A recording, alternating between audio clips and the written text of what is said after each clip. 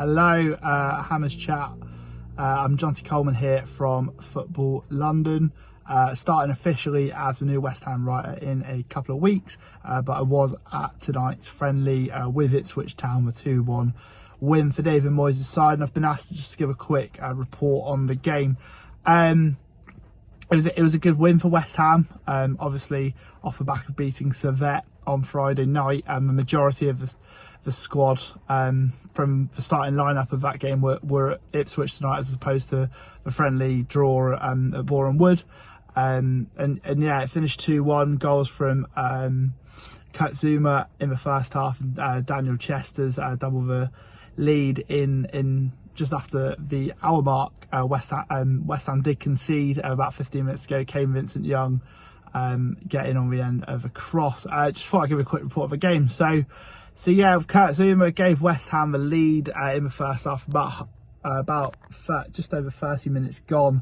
It's from a really clever cross actually from Mikel Antonio in the box. Didn't have a lot of room, but he just sort of like a little chip into the box. It found Zouma, really good header. It was first saved by Christian Walton, but Zouma just got a foot on the rebound and got there first and put it in for 1-0. It was then 2-0.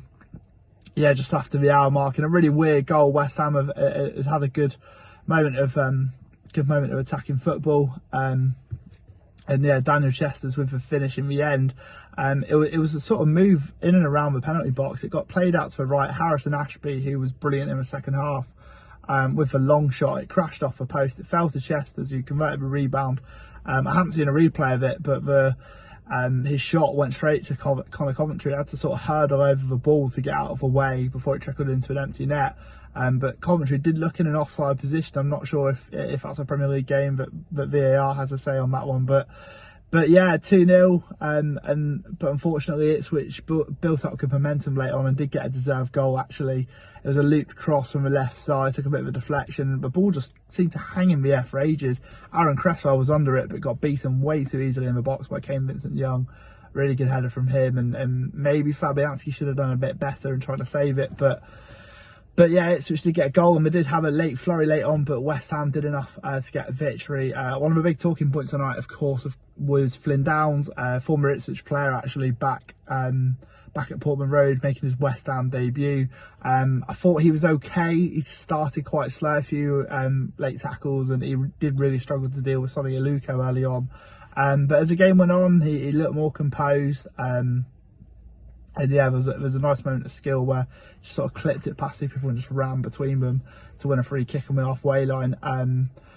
But yeah, what I'm trying to think of performances. Mikel Antonio, really good in the first half. As I said, he didn't get a lot of service, but he did have one shot from a really tight angle, hit the post, and he also had that assist, of course, for Zouma's opener. But he really probably should have scored in the second half.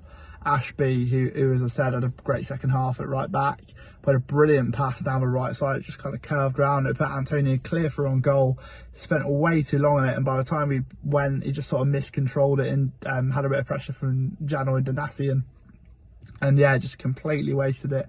Had another couple of half chances, but that one was golden and really should have done better to open his account for pre-season. I don't think Padboy Fornals had a particularly great game.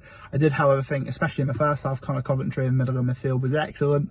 Zouma and Adji Elise in the first half together were really good. Zouma continued that in the second half, but Elise sort of deteriorated. Harrison Ashby really good, a solid first half and an even better second. Daniel Chester's on the right wing. Not a great first half, but improved in the second half, and the same for Armstrong Oko Flex on the left. Not a great first half, but improved in the second.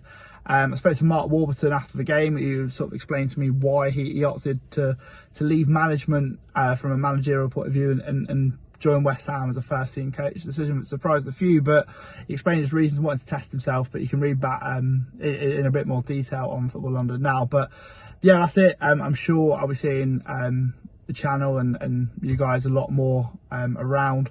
I've started the role properly just before the start of the season. It's the only friendly I'm doing, unfortunately. But yeah, really good to get a first taste of the action. I look forward to speaking to you guys soon.